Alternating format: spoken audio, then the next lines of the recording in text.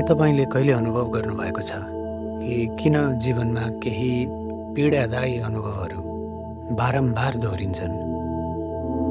किन उही प्रकारको सम्बन्ध, उही आर्थिक सङ्घर्ष वा उही आन्तरिक पीडा फेरि फेरि आउँछ? मानौ जीवनले बारम्बार परीक्षा लिइरहेको छ। के यी सजाय होइनन्? के यी वास्तवमा आत्माले आफैले रोजेका पाठ हुन्? आजको यो अडियोमा हामी जीवनलाई आत्माको दृष्टिकोणबाट हेरौँ। किन आत्माले पीडा रोज्दछ? किन हाम्रा प्याटर्न्सहरू, ढाँचाहरू दोहोरिन्छन्? र कसरी यी सबै हाम्रो आत्मिक यात्राको हिस्सा हुन्छन्? अब निहालौँ आत्माको दृष्टिमा जीवन कस्तो हुन्छ।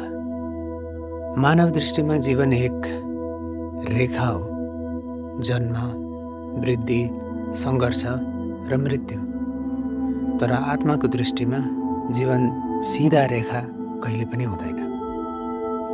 यो त एउटा विद्यालय हुन्छ, एउटा खेल मैदान हुन्छ, कृष्णले भन्नुभए जस्तै लीलाको मैदान हुन्छ र अनुभवको लागि एउटा विशाल क्षेत्र हुन्छ। आत्माले समयलाई घडी वा क्यालेन्डरले नाप्दैन। आत्माले केवल विकासलाई हेर्छ, ज्ञान, चेतना र विस्तारलाई हेर्छ। जहाँ मानव दुर्भाग्य देख्छ त्यहाँ आत्मा पाठ देख्छ। जहाँ मानव हानि देख्छ त्यहाँ आत्मा पुरा भएको अध्याय देख्छ। जहाँ मानव अड्किएको मान्छ त्यहाँ आत्माले हामीसँग कानी खुसी गर्छ र भन्छ, तिमी अड्किएका छैनौ माया, तिमी अभ्यासमा छौ र तिमी जहाँ हुनुपर्ने त्यही अवस्थामा छौ। तिम्रो सिकाइ निरन्तर चलिरहेको छ। त किन आत्माले पीडा रोज्दछ त? सबैभन्दा कठिन सत्य के हो भने आत्माले कहिलेकाहीँ पीडा आफैले रोज्दछ। पीडामा रमाउनको लागि होइन, तर पीडाले सजिलै चेतनालाई जगाउन सक्छ। यस कारणले सुखद अवस्थामा हामी ढल्किन्छौँ, तर जब जीवनले हामीलाई हल्लाउँछ, वियोग, रोग वा हानि मार्फत हामी गहिरो प्रश्न गर्न थाल्छौँ, अर्थ खोज्न थाल्छौँ र जागृत हुन थाल्छौँ। आत्माले जान्दछ कि हरेक घाउ एउटा ढोका हुन सक्छ, हरेक आँसु आँखा सफा गर्ने साधन हुन सक्छ, हरेक दाग शक्ति र धैर्यताको सम्झना हुन सक्छ। तर के हुन्छ जब पीडा मात्र आउँदैन तर बारम्बार फर्किन्छ? दोहोरिने प्याटर्न्सहरू, ढाँचाहरू, मानव जीवनले एउटै घाउलाई फेरि फेरि टोक्दै जान्छ। प्रेममा पर्यो फेरि धोका, कडा मेहनत गर्यो फेरि सङ्घर्ष, भरोसा गर्यो फेरि परित्याग। आत्माको दृष्टिमा यो संयोग होइन, यी पाठ पुनरावृत्ति हुन्। जस्तै विद्यार्थीले कक्षा पास नगरेपछि फेरि परीक्षा दिनुपर्छ। आत्माले पनि अधुरो पाठ दोहोऱ्याइरहन्छ जबसम्म हामीले त्यसबाट केही सिक्न सक्दैनौँ। सामान्य ढाँचाहरू र तिनको पाठ कस्तो हुन्छ त? यो ढाँचाहरू, प्याटर्न्सहरू हरेक व्यक्तिमा फरक हुन्छन्। जस्तै प्रेममा हुने बारम्बार धोकाले आत्माले स्वयंको मूल्य र सीमाहरू सिकाउन खोज्दछ। सधैँ आलोचक वा कठोर मानिस भेट्नुले आत्माले आफ्नो स्वरमा अडिनु भनेर सिकाउन खोज्दछ।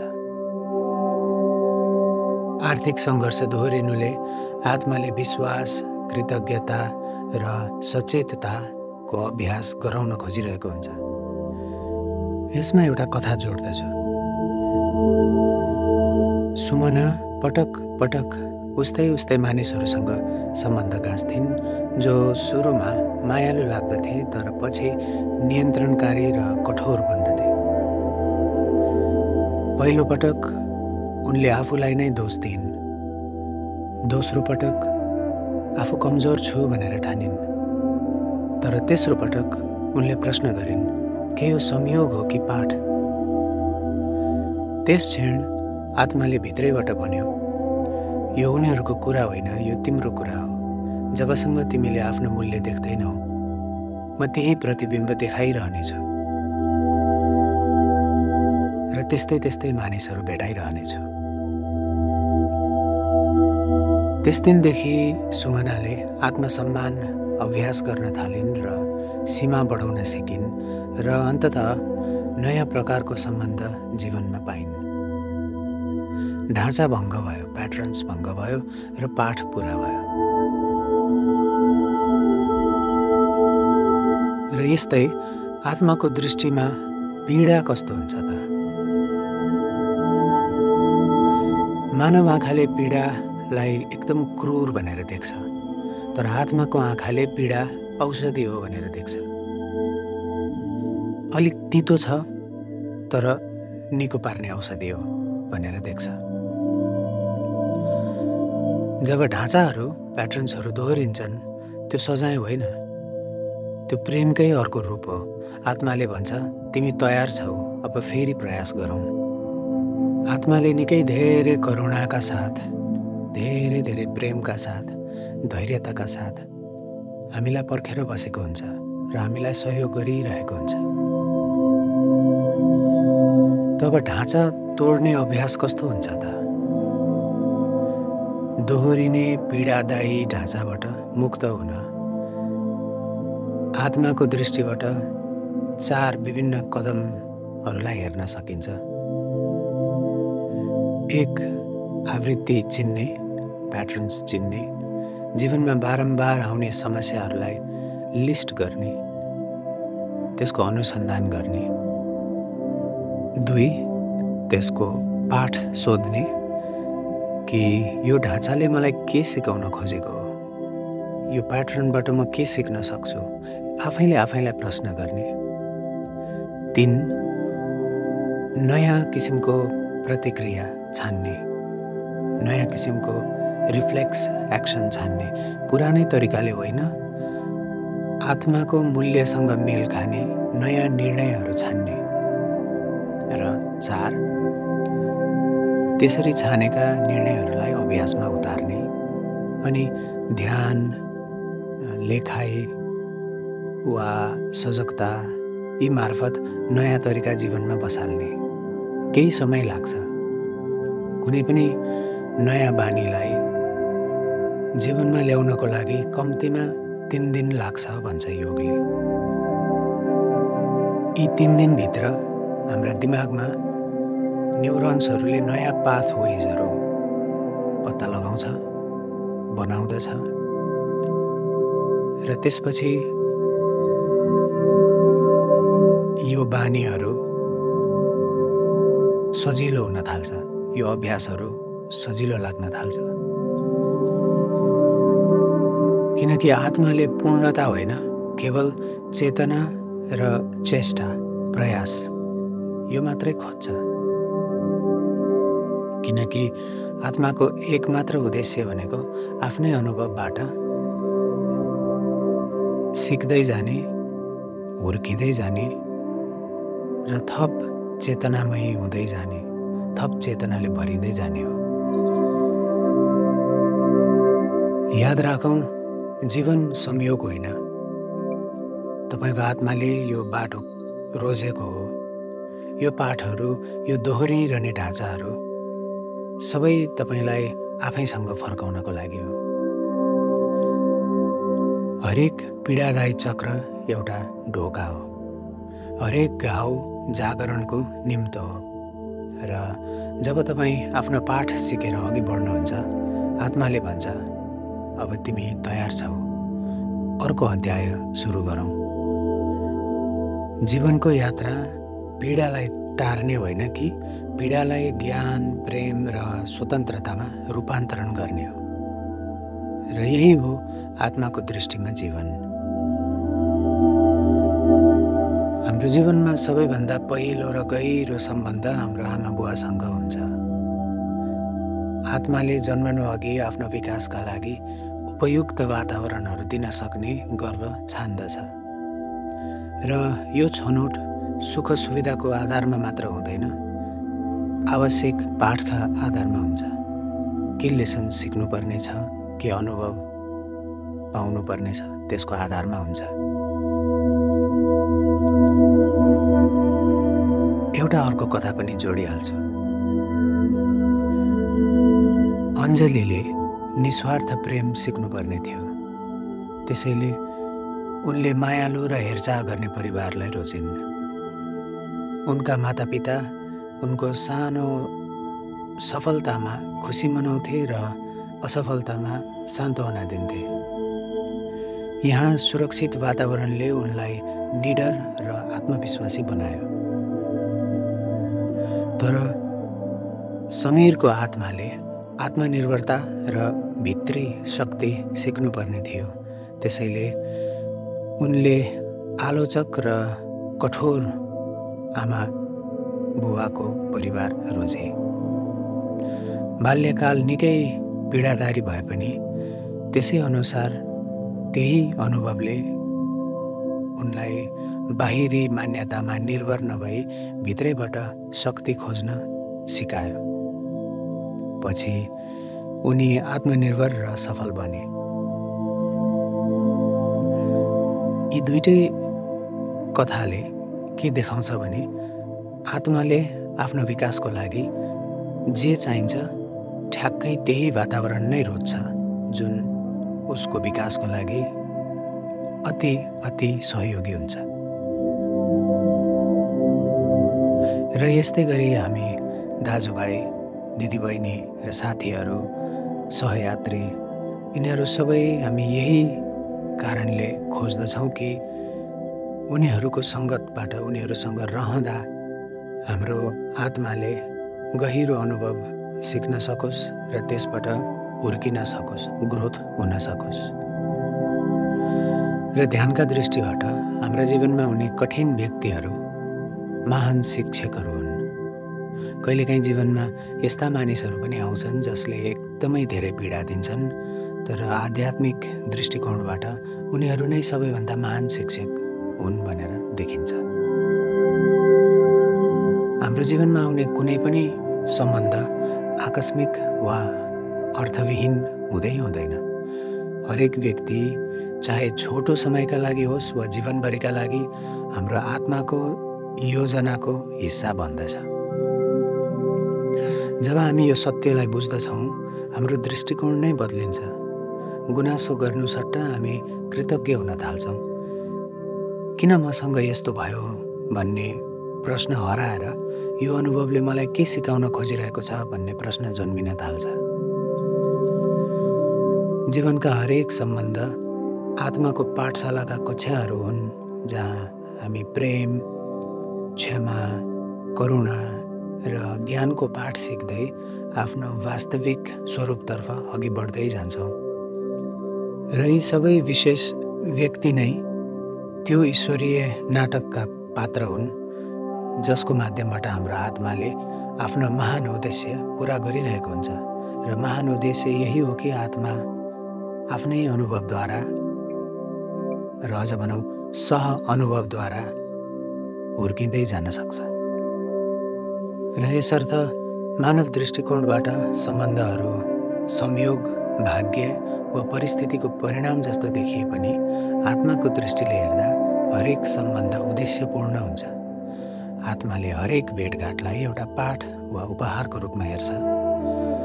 आत्माका लागि सफल र असफल सम्बन्ध भन्ने हुँदैन, त्यो केवल अनुभवको एक भाग हुन्छ।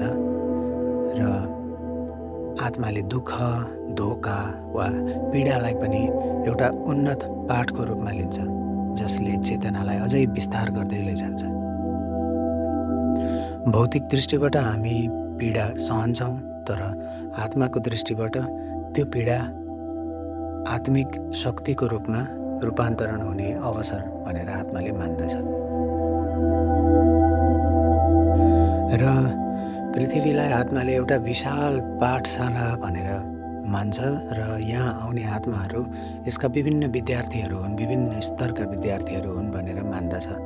कसैले प्रेम सिक्न आउँछ, कसैले प्रेम सिकाउन आउँछ, कसैले क्षमा अभ्यास गर्न आउँछ, कसैले क्षमा अभ्यास गराउन आउँछ, कसैले साहस वा स्वतन्त्रताको पाठ छानेर आउँछ, अनि कतिपय आत्माले एकदमै कठिन परीक्षा रोजेर आउँछन्, जस्तै गरिबी, रोग वा एक्लोपन, किनकि त्यस्तो कठिनाइले गहिरो चेतनालाई जोगाउँदछ। आत्माले कहिलेकाहीँ हामीलाई लाग्ने भन्दा धेरै चुनौतीपूर्ण पाठहरू रोजेको हुन्छ, किनकि उसलाई थाहा हुन्छ कि हामीभित्र ठुलो शक्ति र सम्भावना लुकेको छ। आत्माले जन्मिनु अघि सोच्दछ, म कुन वातावरणमा हुर्किन चाहन्छु। कहिलेकाहीँ आत्माले मायालु र सुरक्षित परिवार रोज्दछ, जहाँ उसले प्रेमको मिठास अनुभव गर्न पाउँछ, र कहिलेकाहीँ कठोर र भावनात्मक रूपमा एकदमै कडा परिवारलाई रोज्दछ, जसले आत्मालाई आफ्नै भित्रबाट शक्ति खोज्नलाई बाध्य पार्दछ। आत्माले आफ्नो सोल ग्रुप अथवा आत्माहरूको समूहबाट धेरैलाई जीवनमा भित्र्याउँछ। उनीहरू बाल्यकालका सहयात्री, साथी वा जीवनभरका मार्गदर्शक पनि बन्न सक्छन्।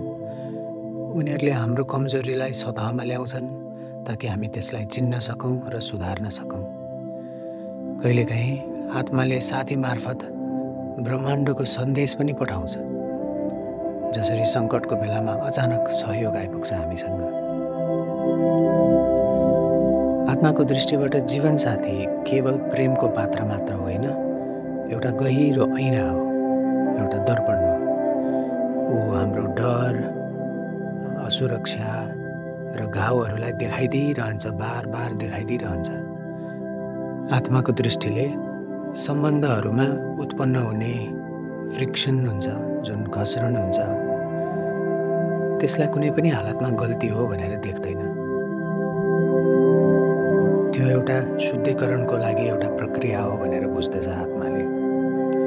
जब हामी एकअर्कासँग झगडा गर्छौँ वा दुखी हुन्छौँ, आत्माले भन्छ, माया, यही मौका हो तिमीलाई आफ्नो भित्र भएको अँध्यारो भागलाई उज्यालोतर्फ लैजाने। यसलाई निहालेर हेर, यसलाई स्वीकार, यसलाई निरीक्षण गर, यसबाट सिक। र कठिन व्यक्तिहरू आत्माको एकदमै कठोर शिक्षक पनि हुन्छन्। मानव दृष्टिबाट उनीहरू शत्रु हुन्, तर आत्माको दृष्टिबाट उनीहरू महान शिक्षक हुन्। आलोचक व्यक्तिले आत्मालाई आत्मा स्वीकृति गर्न सिकाउँछ। धोका दिने व्यक्तिले विवेक र सीमाको निर्धारणको पाठ सिकाउँछ। अपमान गर्ने व्यक्तिले आत्मालाई साहस र आत्मसम्मानको पाठ सिकाउँछ।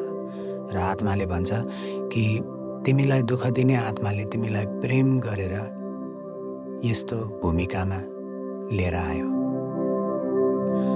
ऊ तिम्रो लागि नकारात्मक पात्र बन्न तयार भयो ताकि तिमी अघि बढ्न सक।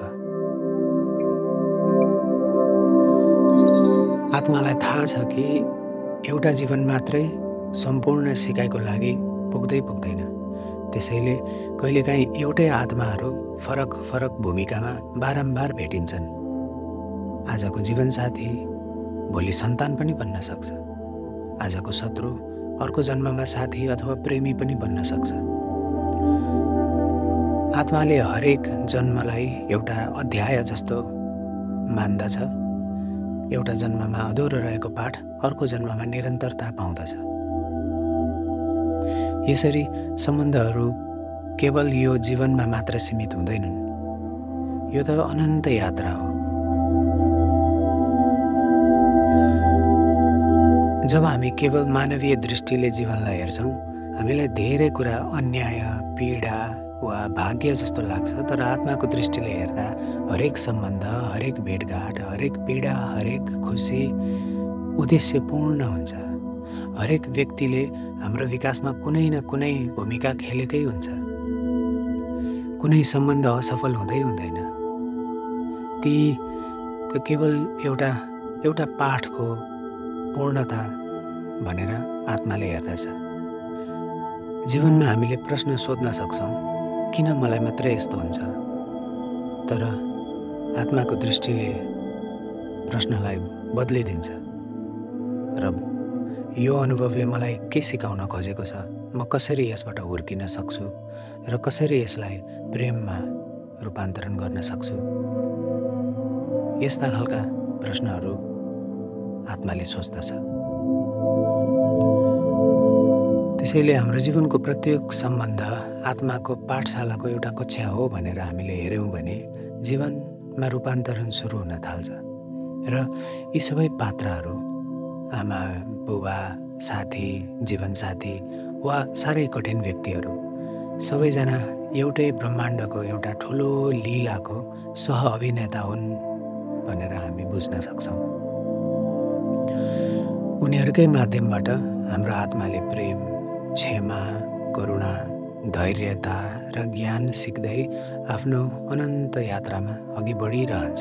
चाहे हामी मानौँ या नमानौँ, आत्माले आफ्नो जीवनलाई यसै गरी विभिन्न पाठ सिक्नको लागि छानेर नयाँ नयाँ जीवन, नयाँ नयाँ जन्म, नयाँ नयाँ अनुभवहरू लिएर आइरहन्छ।